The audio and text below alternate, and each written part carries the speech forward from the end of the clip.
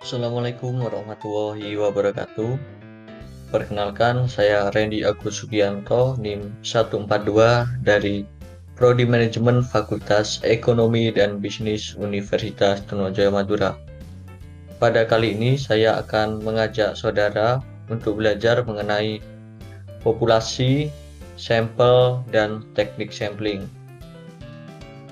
Pada materi kali ini saya akan membahas tentang definisi populasi, definisi sampel, definisi teknik sampling, jenis-jenis teknik sampling, dan rumus serta cara pengambilan sampel.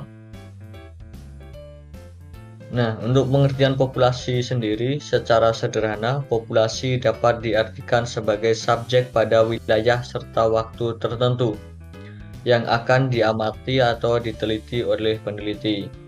Sugiono pada tahun 2005 mengartikan populasi sebagai wilayah generalisasi yang terdiri atas objek atau subjek yang mempunyai kualitas dan karakteristik tertentu yang ditetapkan oleh peneliti untuk dipelajari dan kemudian ditarik kesimpulannya. Menurut Supardi pada tahun 1993, populasi penelitian dapat dibedakan menjadi populasi finite dan populasi infinite. Populasi finite merujuk kepada suatu populasi yang jumlahnya anggota sudah dapat diketahui secara pasti oleh peneliti. Sementara itu, populasi infinite merupakan suatu populasi yang jumlah anggotanya masih belum atau tidak dapat diketahui. Untuk pengertian sampel, menurut Sugiono pada tahun 2016 menyebutkan sampel sebagai bagian dari jumlah dan karakteristik yang dimiliki oleh suatu populasi.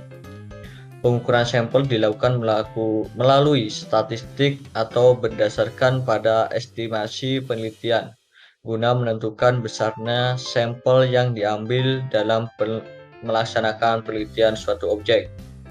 Pengukuran sampel diperlukan dalam penelitian kuantitatif karena akan sangat menghabiskan banyak waktu, banyak tenaga, dan biaya apabila peneliti harus meneliti seluruh individu dalam suatu populasi.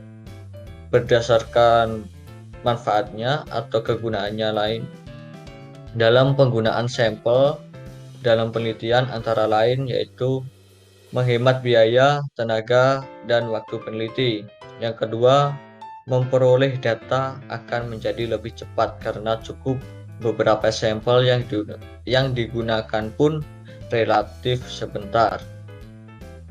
Yang selanjutnya yaitu pengertian teknik sampling. Menurut Handayani pada tahun 2020, teknik pengambilan sampel atau biasa disebut dengan sampling adalah proses menyeleksi sejumlah elemen dari populasi yang diteliti untuk dijadikan sampel dan memahami berbagai sifat atau karakteristik dari subjek yang dijadikan sampel yang nantinya dapat dilakukan generalisasi dari elemen populasi. Jenis-jenis teknik pengambilan sampel atau sampling dibagi menjadi dua bagian, yaitu yang pertama teknik sampling secara probabilitas atau probability sampling. Yang kedua yaitu teknik sampling secara non-probabilitas atau non-probability sampling. Jenis-jenis teknik sampling yang pertama yaitu teknik sampling secara probabilitas atau probability sampling. Menurut Kunto Joyo pada 2009, teknik sampling probabilitas atau random sampling merupakan teknik sampling yang dilakukan dengan memberikan peluang atau kesempatan kepada seluruh anggota populasi atau menjadi sampel. Dan teknik sampling secara probability atau probabilitas antara lain yang pertama itu sampling random sederhana atau simple random sampling. Yang kedua sampling sistematik atau systematic sampling. Yang ketiga sampling secara rambang proporsional atau proportion stratified random sampling. Dan yang terakhir sampling secara cluster atau cluster sampling. Yang kedua yaitu teknik sampling secara non-probabilitas atau non-probability sampling. Menurut Kunto Joyo pada 2009, teknik sampling non-probabilitas adalah teknik pengambilan sampel yang ditemukan atau ditentukan sendiri oleh peneliti atau menurut pertimbangan pakar. Sampling ini adalah teknik tidak memberikan peluang atau kesempatan sama bagi setiap unsur atau anggota populasi yang dipilih menjadi sampel. Adapun jenis teknik sampling secara non-probabilitas adalah sebagai berikut. Yang pertama, sampling sistematis. Yang kedua, sampling kuota. Yang ketiga, proportive sampling. Yang keempat, sampling jenuh. Dan yang terakhir, sampling snowball. Dan untuk rumus dan pengambilan sampel, menurut Priyono pada tahun 2016 terdapat beberapa hal yang mempengaruhi beberapa besar sampel harus diambil, yaitu sebagai berikut. Yang pertama, heterogenitas dari populasi. Atau semakin heterogen sebuah populasi, jumlah sampel yang diambil pun harus semakin besar, sehingga seluruh karakteristik populasi dapat terwakili. Yang kedua, jumlah variabel yang digunakan. Semakin banyak jumlah variabel yang ada, jumlah sampel yang diambil pun harus semakin besar. Hal ini mengingat adanya persyaratan penguji hubungan. Misalnya dengan chi-square test of independence yang tidak memungkinkan adanya sel dengan nilai yang diharapkan kurang dari 1 yang dalam perhitungannya dipengaruhi oleh besarnya sampel. Yang ketiga yaitu teknik penarikan sampel yang digunakan.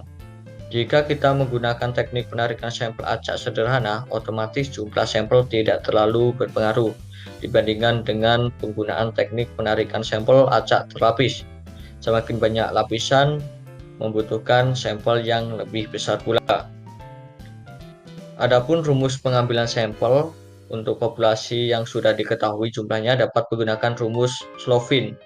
Menurut Priyono pada tahun 2016 yaitu N kecil sama dengan N besar dibagi 1 per NE kuadrat, yaitu N kecil melambangkan jumlah sampel, N besar melambangkan jumlah populasi, dan E nilai kritis atau batas ketelitian yang diinginkan atau persen kelonggaran ketidaktelitian karena kesalahan penarikan sampel.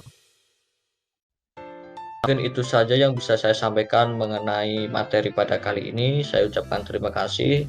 Saya akhiri. Assalamualaikum warahmatullahi wabarakatuh. Sampai jumpa di pertemuan berikutnya.